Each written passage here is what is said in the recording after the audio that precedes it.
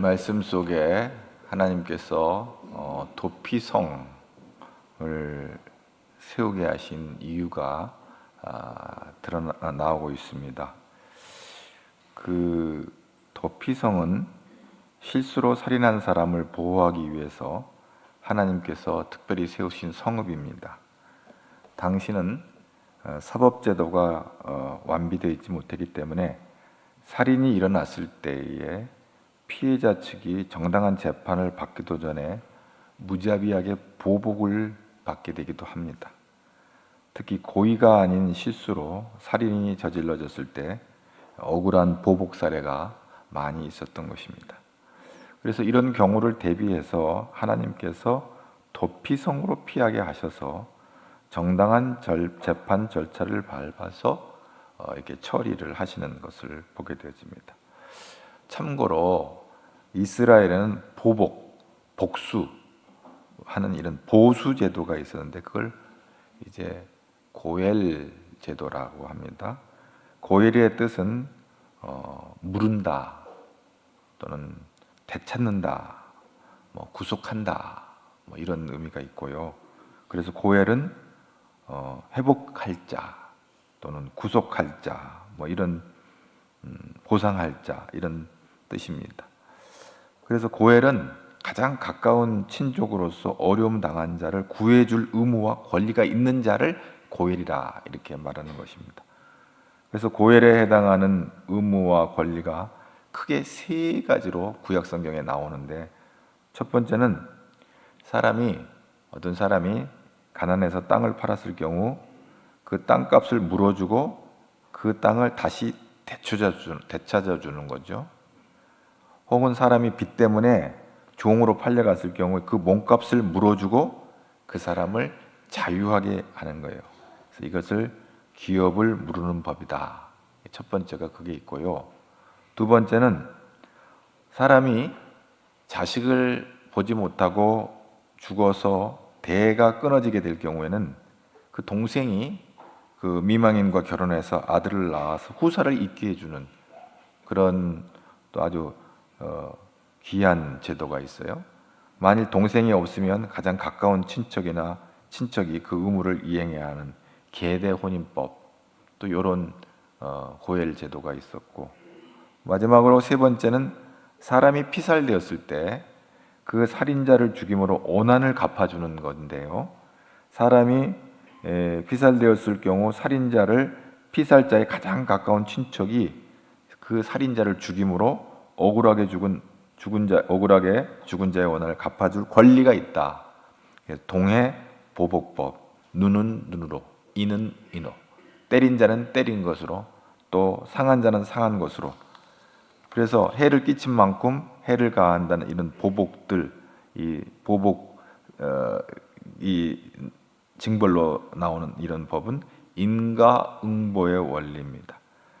근데 이런 법의 목적은 다른 사람에게 손해를 주는 죄행을 줄이고 피해자의 원한을 풀어줌으로 어느 정도 그 사회의 공동체의 질서를 세우기 위한 것이었어요. 그런데 너무 감정에 치우쳐서 죄값 이상으로 보복함으로 인해 이 보복의 악순환이 되어지면 그 질서가 무너지게 되잖아요. 그러니까 그것을 방지하려고 하는 그런 정신이 있는 거예요. 그런데 문제는 뭐냐면 이 법대로 하면요, 살인한 사람들은 다 돌로 쳐서 죽여야 되고 이렇게 하는데 실수로 살인을 한 사람은 구분해야 하는 거예요. 그러니까 실수로 살인한 사람은 구분해서 죽지 않게끔 하는 것이, 이게 바로 도피성 제도입니다. 도피한다는 거죠. 그 성읍으로. 고의적으로 살인한 자는 보호받지 못하지만 부지중에 실수로 살인한 사람은 그 생명을 보호받게 되는 것입니다. 그래서 오늘 본문에는 실수가 어떤 실수, 하나의 구체적인 사례가 등장하는데 5절 말씀을 한번 다 볼까요? 가령 사람이 함께 벌목하러 삼림에 들어가서 손에 도끼를 들고 벌목하려고 찍을 때에 도끼가 자루에서 빠져 그의 이웃을 맞춰 그를 죽게 함과 같은 것이라. 이런 사람은 그 성읍 중 하나도 도피할 생명을 보내. 숲속에서 나무를 하다가 그 나무를 하는 사람의 의도와는 상관없이 도끼자루가 빠져가지고 옆에 있는 사람을 쳐서 죽이면은 자기의 의지와 상관없이, 고의적인 살인이 아니죠, 사고죠. 이랬을 때, 살인을 범했을 때 동해보보법에 하면 너 사람 죽였으니까 너도 죽어야 된다 이렇게 되는데, 그렇게 하면 안 된다는 거죠. 그래서 도피성을 찾아가는 거예요, 이 살인자는. 그래서 성읍 장로들에게 성문 이제 문 앞에서 그 재판을 받게 되는 거예요. 고의로 죽였는지 실수로 죽였는지. 그래서 그 재판관이 판단을 해가 그 성읍 안으로 들어갈 수도 있고 또 내쫓김을 받을 수 있어요. 고의적으로 살인해가 도피성으로 피하는 사람도 있을 수 있거든요. 그래서 진위 여부를 판단해 가지고 실수로 잘못해서 이렇게 원하지 않게 의도치 않는 그런 살인자는 그 성읍에서 받아주고 거기서 거처를 두고 거기서 살게 되는 거고, 그렇지 않은 자는 쫓김을 받고 그 보복자에 의해서 이제 목숨을 빼앗기게 되는 것이죠. 자, 그래서 이 살인자가 이제 실수로 이 살인을 한 자가 도피성에 살 곳이 마련되어지고 그곳에서 살게 되는데, 그러면 공소시효가 어떻게 되냐? 언제까지 그럼 거기서 사냐? 대제사장, 당시에 대제사장이 죽기까지 살게 되는 거예요. 제사장이 죽으면 자유케 되는 거예요. 이게 어떤 원리인지를 아마 여러분 좀 생각을 해봐야 되는데, 그가 도피성에 도피를 해서 숨어 있다가 거기서 살다가 임의로 대제사장이 죽지도 않는데 나와서 죽게 되는 것은 책임이 없어요. 그걸 누가 보복을 했다고 해서 살인죄로 묻지를 않아요. 그러나 대제사장이 죽은 후에 비로소 자기 고향으로, 자기 집으로 돌아가는 것은 어떤 원리에서 그러냐 하면, 다른 사람의 피를 흘린 자는 자기도 피를 흘려야 한다는 원리와 피 흘림이 없으면 사함이 없다는 원리에 의해서 대제사장이 죽음이 그를 대신해서 죽은 곳으로 간주돼서 대제사장이 죽으면 그 살인자가 이제 그 죄를 벗게 되고 자유케 되는 거예요. 그 죄를 위해서 대제사장이 대신 죽게 되는 그런 원리가 되는 것입니다. 히브리서 9장 22절을 또 한번 봅니다. 율법을 따라 모든 물건이 피로써 정결하게 되나니 피 흘림이 없은즉 그러니까 대제사장이 대신 죽은 거가 되는 거예요. 죄인을 위해서, 살인죄를 지은 그 사람을 위해서 대제사장이 죽게 되면 그것을 죽은 곳으로 간주하고 이제 자유를 허락하는 것이죠. 그래서 이 도피성 제도는 하나님의 공의를 나타내는 하나의 제도입니다. 하나님은 고의로 살인한 자와 실수로 살인한 자를 구분하여서 고의로 살인한 자에게는 응당한 벌을 받게 하고 실수로 살인한 자에게는 긍휼을 베푸는 것이죠. 그래서 도피성 제도는 하나님의 공의로움을 나타내는 동시에 또 하나님의 사랑과 긍휼을 나타내는 그런 제도다 하는 것입니다. 예수님은 세 제자를 데리고 십자가 앞에서 겟세마네 동산에서 기도하실 때, 십자가를 앞에 두고 기도할 때 잠을 자던 제자들에게 그렇게 책망을 하죠. 야, 너희들은 한시 동안도 깨어 있을 수 없더냐 하고 책망하시면서 시험에 들지 않도록 깨어서 기도해라 이렇게 말씀하세요. 그러면서 유명한 말씀하시죠. 마음은 원이로되 육신이 약하다. 생각은 이렇게 품고 있지만 내가 기도해야지 하면서 자고 있는 거예요. 인간이 이렇게 연약한 거예요. 그럼에도 불구하고 예수님께서 그 연약함을 이해하시고 마음은 원이로되 육신이 약하다 말씀하시면서 제자들의 연약함을 아시고 안타깝게 이제 책망하시는 것을 보게 되십니다. 예수님은 우리의 연약함을 동정하시고 우리를 위해서 간구하시는 분입니다.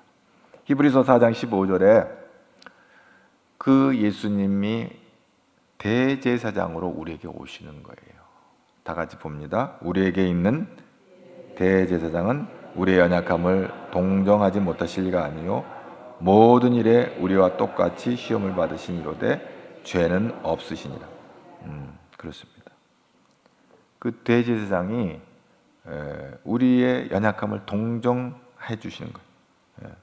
그러나 죄가 없으신 분이지만 동정해요. 그래서 하나님은 우리를 이해하세요. 실수로 범죄했을 때 우리가 하나님 앞에 나가 엎드려 기도하고 회개하면 하나님께서 우리를 용서해 주시고 받아주시는 거예요. 하나님의 은혜가 있는 거예요. 죄가 많을수록 하나님의 용서가 크게 되겠죠. 이 대제사장은 바로 예수 그리스도에 대한 그림자입니다. 모형이에요. 모형. 이 구약에 등장하는 이 대제사장은 예수 그리스도, 신약에 등장하는 예수 그리스도의 모형입니다. 그래서 히브리서 4장 14절에 한번 봅니다. 그러므로 히브리서 4장 14절 우리에게 큰 대제사장이 계시니 승천하시니 곧 하나님의 아들 예수시라. 우리가 믿는 도리를 굳게. 그렇습니다. 예수님께서 죽으신 것은 우리의 모든 죄값을 치르는 거예요. 그분이 대제사장이에요. 원래 대제사장은 제사를 지내는 사람인데 대제사장이 제물이 됐어요. 어린 양이 되가 당신의 몸을 제물로 드렸단 말이에요. 왜? 예수께서 우리의 죄값을 치르시기 위해서. 로마서 6장 23절에 보면 죄값은 사망이라고 그랬어요. 그러니까 죄를 지었으면 죽음이라고 하는 이 값을 치러야 되는 거예요. 그런데 하나님의 은사는 뭐예요? 그리스도 예수 우리 주 안에 있는 생명이에요. 영생이에요. 죽을 수밖에 없는 인생이에요. 죄값은 사망이에요. 우리 영원한 벌을 받아야 되죠. 죽음의 사망의 영원한 영벌을 받아야 되지만 우리 예수님께서 우리의 죄값을 대신 치르심으로 말미암아 우리 예수님 안에서 우리는 영생의 복을 받게 된 것입니다. 할렐루야. 그게 얼마나 감사해요. 얼마나 감사해요. 우리가 얼마나 연약합니까? 얼마나 죄가 많습니까? 얼마나 부족합니까? 얼마나 모자랍니까? 그런데 이 모자란 우리를 예수님께서, 죄 없으신 예수님께서 우리의 죄값을 치르신 것을 생각할 때 그것이 진정으로 믿어진다면 감격할 수밖에 없는 거예요. 감사할 수밖에 없는 거예요. 그래서 그의 은혜가 되는 것입니다. 그가 죽음으로 우리가 살게 된 것이죠. 그래서 오늘 또 우리를 위해서 하나님 우편에서 간구하신다 했습니다. 로마서 8장 34절을 한번 또 같이 봅니다. 누가 정죄하리요? 죽으실 뿐 아니라 다시 살아나신 이는 그리스도 예수시니 그는 하나님 우편에 계신 자요 우리를 누가 정죄하리요? 우리는 죄투성이의 인간임에도 불구하고 누가 너는 죄인이야 말할 수 있겠냐? 나는 예수님 안에서 죄의 문제를 해결했다. 할렐루야. 그래서 예수께서 우리의 죄값을 치르시고 죄의 문제를 해결해 주심으로 우리는 그 은혜에 힘입어서 하나님 앞으로 가까이 나가게 되는 거예요. 하나님 보좌 앞으로 나가는 거예요. 그리고 그분은 우리를 위해서 간구하신다고 그랬어요. 이 얼마나 기가 막히니. 우리가 넘어지고 쓰러지는 연약한 존재인데 우리 주께서 우리를 위해서 간구하시고 힘을 얻도록 도우시고 계시는 것입니다. 시편 68편 19절에는 날마다 우리 짐을 지시는 주 곧 우리의 구원이신 하나님을 찬송한다. 그러니까 우리는 뭐를 할 수밖에 없냐면 찬송할 것밖에 없는 거예요. 감사할 수밖에 없는 거예요. 하나님 오늘도 하나님의 은혜로 살았습니다. 할렐루야. 하나님 내가 인생의 무거운 짐 내 혼자 감당할 수 없는데 주께서 감당할 힘 주셔서 주께서 대신 짐을 져주셔서 내가 오늘 또 살았습니다. 할렐루야. 아멘 하고 나갈 수. 날마다 우리 짐을 어제 짐 져줬잖아. 그러니까 오늘은 안 돼가 아니에요. 어제 짐 져주시고 오늘 또 짐 져주시고 내일 짐도 져주시는 거예요. 얼마나 감사해. 날마다 감사밖에 없는 거예요. 아멘. 그래서 오늘 우리는 하나님 앞에 나올 때 감사로 나오는 것입니다. 그리고 성경에 이제 여호수아에는 이제 도피성이 6군데가 등장하는데 오늘 이제 신명기에서 3곳을 말하고 있지만 요단강 동편의 3곳, 그리고 요단강 서편의 3곳. 그래서 요단강 동편에는 베셀과 길르앗 라못과 골란이라고 하는 성읍이 있고 요단강 서편에는 게데스와 세겜과 헤브론이라고 하는 이 성읍이 있어요. 이 도피성은 어떻게 보면 피난처죠. 예수 그리스도의 모형이야, 이것도. 도피성의 이름의 뜻을 우리가 살펴보면요, 예수님의 성품과 닮았어요. 한번 볼까요? 베셀이라고 하는 이 말은요, 요새라는 뜻으로 시편에 보면 그러잖아. 주는 나의 요새요, 반석이요. 그 요새라는 말은 이 뭐예요? 피난처 대신 예수 그리스도를 말하는 것이죠. 거기 베셀에 들어가면 사니까 피난처가 돼, 요새가 되는 거예요. 그러니까 라못이라고 하는 말은 높은 고지라는 뜻인데, 성도를 높이시는 예수님, 우리를 높여주셔요. 하나님의 땅, 우리를 저 하늘 보좌 위로 우리 주님이 중보하셔서 우리를 높여주셔요. 아멘. 거기 사는 거예요. 높여주시면 사는 거예요. 하나님 보좌 앞으로 나가면 그 높은 곳으로, 하나님 보좌 앞으로 주님 낮아지셔서 우리를 높여주시면 사는 거예요. 할렐루야. 그 다음에 곤란이라고 하는 것은 기쁨, 웃음이라고 하는 것인데, 성도들에게 기쁨을 주시는 예수 그리스도. 여러분 그 보면 죽을 수밖에 없는 사람이 그 도피성으로 들어가서 한숨을 내쉬면서 살게 되잖아요. 저 보복자가 죽이려고 달려올 때 도피성으로 피해서 들어오면 그 웃음이, 이제 남을 살인하고 웃는다고 하는 것은 말이 안 되는 얘기지만, 그러나 그 도피성 곤란으로 들어올 때 안심을 얻게 되는 거예요. 안심. 만족을 얻게 되는 것이죠. 억울한 죽음을 당하지 않게 되는 것이죠. 그래서 거기에 기쁨이 있는 것이죠. 억울하게 죽음을 얼마나 원통분통합니까? 그러니까 억울하게 죽지 않는 기쁨이 그 요새 도피성에 있는 거예요. 그 다음에 게데스라고 하는 말은 성소라는 뜻으로 성전이 되어주시는 예수님이.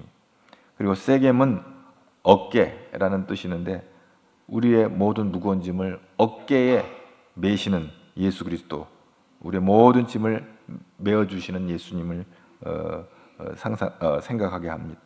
헤브론은 친교, 교통이라는 말이 있는데, 중보자가 되어주신 예수님의 성품과 딱 맞아떨어집니다. 그러므로 이 도피성 6개에 하나님께서 예수 그리스도 통해서 베푸신 구원의 원리가 있는 것을 우리가 보게 되어지는 것이죠. 동시에 오늘날에도 하나님은 우리 주님은 우리의 피난처가 되어주시고 하나님께서 우리를 보호해 주시는 거예요. 그래서 시편 18편 2절에 보면 여호와는 나의 반석이요 요새요 건지시는 자요 나의 하나님이요 나의 피할 바위요 나의 방패요 나의 구원의 뿌리시며 나의 산성. 할렐루야. 그래서 이렇게 도피성, 요단강 동편과 서편에 세 성읍씩 지정하고 세 성읍들을 일정한 간격을 두고 지정을 해놨어요. 이것은 무엇을 의미하냐면, 그 실수로 그 살인한 그 사람이 복수자에게 보복당하기 전에 빨리 도피할 수 있도록 일정한 간격을 두었어요. 그래서 부지 중에 살인한 자가 피할 수 있도록 하루길이면 갈 수 있도록 가나안 땅의 동편과 서편에 하루길이면 갈 수 있도록 그 적당한 거리를 두고요. 그리고 그 성읍으로 가는 길은 길을 넓혀서 다듬어 놨다고 그랬어요, 오늘 말씀에. 그리고 거기다가 편말을 붙여놨어요. 이쪽으로 가면 도피성이다. 그래서 미클라트라는 이 도피성이라는 편말을 곳곳에 붙여놔서 누구든지 쉽게 도피성으로 가는 길을 발견하게 되고 또 찾아가게 되는 것입니다. 빨리 복수자로부터 피할 수 있도록 길을 닦아놨고 편말을 만들어놨고, 그리고 하루길이면 갈 수 있도록 전국에 6군데의 도피성을 만들어 놓는 거예요. 여러분, 도피성으로 가는 길은 넓고 편말이 있어 누구나 쉽게 찾을 수 있는 것처럼 도피성은 항상 열려 있어요. 그래서 죄인들이 예수님 앞으로 나가면 언제든지 주님은 품에 안아 주시는 거예요. 누구든지 문을 열고 마음을 열면 다 주님 들어가 품에 안아 주시는 거예요. 그래서 마태복음 11장 28절로 무거운 짐진 자들아 다 내게로 와 내가 너희를 쉬게 하리라. 주님의 품에 들어가면 참된 안식이 있는 거예요. 도피성에 들어가면 참 쉼이 있는 거예요. 쩔쩔매고 도망가서 도피성으로 들어가게 되면 거기는 참 쉼이 있는 거예요. 이와 같이 도피성 제도는 하나님께서 하나님의 백성들에게 은혜를 베푸시는 거예요. 첫 번째, 피할 길을 예비해 주시는 은혜가 있는 거예요. 우리가 인생 살다 보면 피할 길이 없으면 얼마나 절망스럽습니까? 피할 길이 있다고 하는 것은 너무너무 감사한 거예요. 그래서 이스라엘 백성들 가운데 이런 공경, 이런 곤란을 있을 것을 주님 아시고 이스라엘 백성들에게 겪게 될 이 공경을 피할 길을 예비해 놓으셨다 하는 것입니다. 하나님께서는 우리에게 피해야 할 길을 예비하시는 분이십니다. 이스라엘 백성들에게 도피성을 예비하신 하나님께서 우리에게도 도피성을 준비해 놓으셨습니다. 바로 가지엘 중앙교회입니다. 할렐루야. 들어오면 사는 거예요. 할렐루야. 아멘. 가지엘 중앙교회. 할렐루야. 얼마나 감사. 가지엘 중앙교회. 어린아이도 아멘 하는데 나이 드신 분들은 뭐 하고 있어요? 아멘. 너무 살려주시는 거예요. 우리 가지엘 중앙교회가 도피성이 되는 거예요. 우리가 예수의 품에 안기는 거예요. 할렐루야. 그리고 두 번째로는 보호해 주시는, 그럼 도피성에 들어가서 보호를 받는 거예요. 오늘 3절에 뭐라고 그랬어요? 우리 신명기 19장 3절 다 같이 한번 봅니다. 기업으로 주신 땅 가운데서 내 성읍은 너를 위하여 자 다시 3절 다시 읽어봅시다. 내 하나님 여호와 내게 기업으로 주시는 땅 전체를 세 구역으로 나눠 길을 닦고 모든 살인자 그 성읍으로 도피하게 하라. 도피하게. 도피. 보호해 주신다. 도피. 거기로 피하면 산다는 거예요. 도피. 그래 왜 그래요? 6절 또 봅시다. 6절 시작. 그 사람이 그에게 본래 원한이 없으니 죽이기에 합당하지 아니하나 두렵건대 그 피를 보복하는 자의 마음이 복수심에 불타서 살인자를 뒤쫓는데 그는 그 가는 길이 멀면 그를 따라 잡아 죽일까 하노라. 그래서 길을 닦아놓고 편말을 걸어놓고 그 길을 빨리 찾아오게끔 하고 거기를 도피해라. 복수자가 와서 널 죽이기 전에 빨리 피해라. 보호해 주시는 거예요. 실수로 사람을 죽인 자는 보호를 받아요. 하나님의 이 긍휼이 있는 것을 봅니다. 실수한 것을 덮어주세요. 너무너무 감사해요. 하나님께서는 하나님의 백성을 악한 온수마귀의 공격으로부터도 지켜주신 줄로 믿습니다. 영적으로도 보호해 주시는 거예요. 그래서 시편 121편의 5절에 보면 여호와를 너를 지키시는 자라 그랬어요. 아멘. 그리고 시편 121편 7절을 보면 내 영혼을 지키신다 그랬어요. 그 다음에 언제까지 지키냐? 너의 출입을 지금부터 영원까지 지키시리라. 아멘. 그 시효가 이쁜 짓 할 때만 지켜주는 것도 아니고 어느 한 기간에만 지켜주는 것이 아니라 언제까지 지켜준다고요? 영원도. 시편 121편 5절, 6절, 7절 말씀이 한 절 한 절 한 절이 올라가면서 그 범위가 넓어지는 거예요. 맨 처음엔 여호와께서는 너를 지키신다. 그리고 너의 영혼을 지키시고 그 다음에 너의 출입을 지키고 영혼까지 지켜주시겠다고. 너의 모든 환난을 면하게 하시고 내 영혼을 지켜주시겠다. 이렇게 말씀하고 있는 거예요. 이 은혜가 오늘 예배하는 저와 여러분에게 임하기를 축복합니다. 그 다음에 세 번째 어떤 은혜가 있냐면 다시 시작하게 하시는 은혜가 있어요. 민수기 35장 25절에 보면은요, 피를 보복하는 자의 손에서 살인자를 건져내어 그가 피하였던 도피성으로 돌려보낼 것이고 그는 거룩한 기름 부음을 받은 대제사장이 죽기까지 거기에 거주할 것이니라. 그리고 28절에 보면은 대제사장이 죽은 후에는 그 살인자가 자기 소유 땅으로 자기 집으로 돌아가는 거예요. 대제사장이 죽게 되면 도피성에 피해 있던 사람에게 사면령이 내리는 거예요. 그래서 이제 그가 자유케 되는 것을 보게 됩니다. 자기 집으로 돌아가는 거예요. 다시 시작하게 하시는 은혜가 있는 거예요. 다시 새로운 삶을 살아가게 되는 것입니다. 하나님께서는 큰 죄를 범했던 사람들, 실수를 저질렀던 사람들, 그리고 실패를 맛보았던 사람들, 그들 그대로 내버려 두지 아니하시고 새롭게 시작할 수 있는, 다시 시작할 수 있는 은혜를 베풀어 주시는 것입니다. 할렐루야. 이게 얼마나 큰 은혜예요. 요즘도 이제 모범수들은 이제 이렇게 감옥에서 나오기도 하는데요. 뭐 8.15나 성탄절이나 뭐 이럴 때 이제 특별 가석방 되잖아요. 생각을 해보서 죄를 짓고 감옥에 가서 평생 감옥에서 살아야 되는 사람이 이 감옥으로부터 다시 나오게 된다고 하는 것은 얼마나 감격스럽겠습니까? 다시 새롭게 시작되는 은혜가 있는 거예요. 대제사장이 죽게 되면 대제사장이 죽는 그날로 사면이 돼가 자유케 되는 거예요. 그래서 자유인이 돼가 새롭게 인생을 살 수 있는 그런 복이 있는 거예요. 오늘도 우리가 예수 안에 들어오면 예수 안에서 새 사람이 된 줄로 믿습니다. 보라, 이전 것은 지난 것이 너는 새 것이 되었다 말이에요. 전에는 사단 마귀에 끌려 달린 우리 인생들이 예수 안에서 새 것이 돼서 새 인생이 돼서 새 하늘과 새 땅은 우리의 것이 되는 줄로 믿습니다. 바로 그런 복이 있는 거예요. 남아프리카의 낮은 범죄로 유명한 그 바벤바 부족이 있습니다. 이 바벤바 부족에 대한 얘기를 혹시 들어본 분도 있겠는데요. 이 범죄율이 아주 낮아요. 좀 그 아프리카가 좀 뭐 미개한 것 같기도 하지만요. 이 아프리카 안에서도 이 바벤바 부족은 범죄율, 그 부족들에게는 범죄율이 다른 부족들에 비해서 그게 낮아요. 왜 그런가 알아봤어요.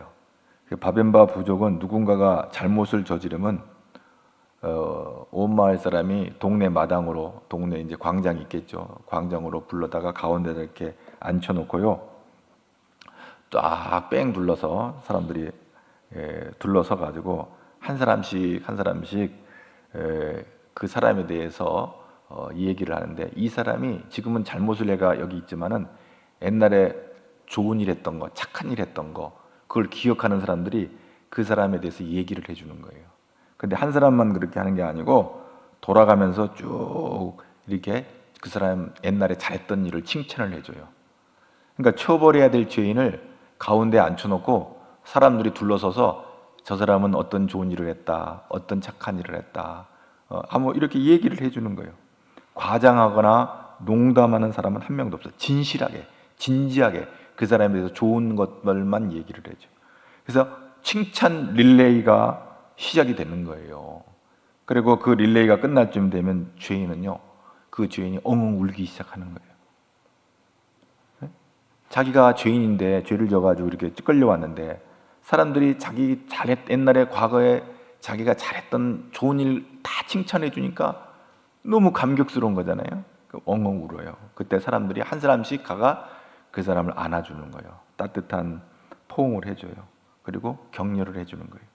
죄를 용서해주고 위로해주고 격려를 해요. 이런 시간을 보내고 나면요, 사람이 바뀌는 거예요. 그 사람 다시는 그 죄를 짓지 않는 거예요. 그래서 그 바벤바 부족의 범죄율이 낮은 이유가 바로 거기 있다는 것을 사람들이 발견하게 된 것입니다. 다시 시작하게 하는 은혜가 있는 거예요. 할렐루야.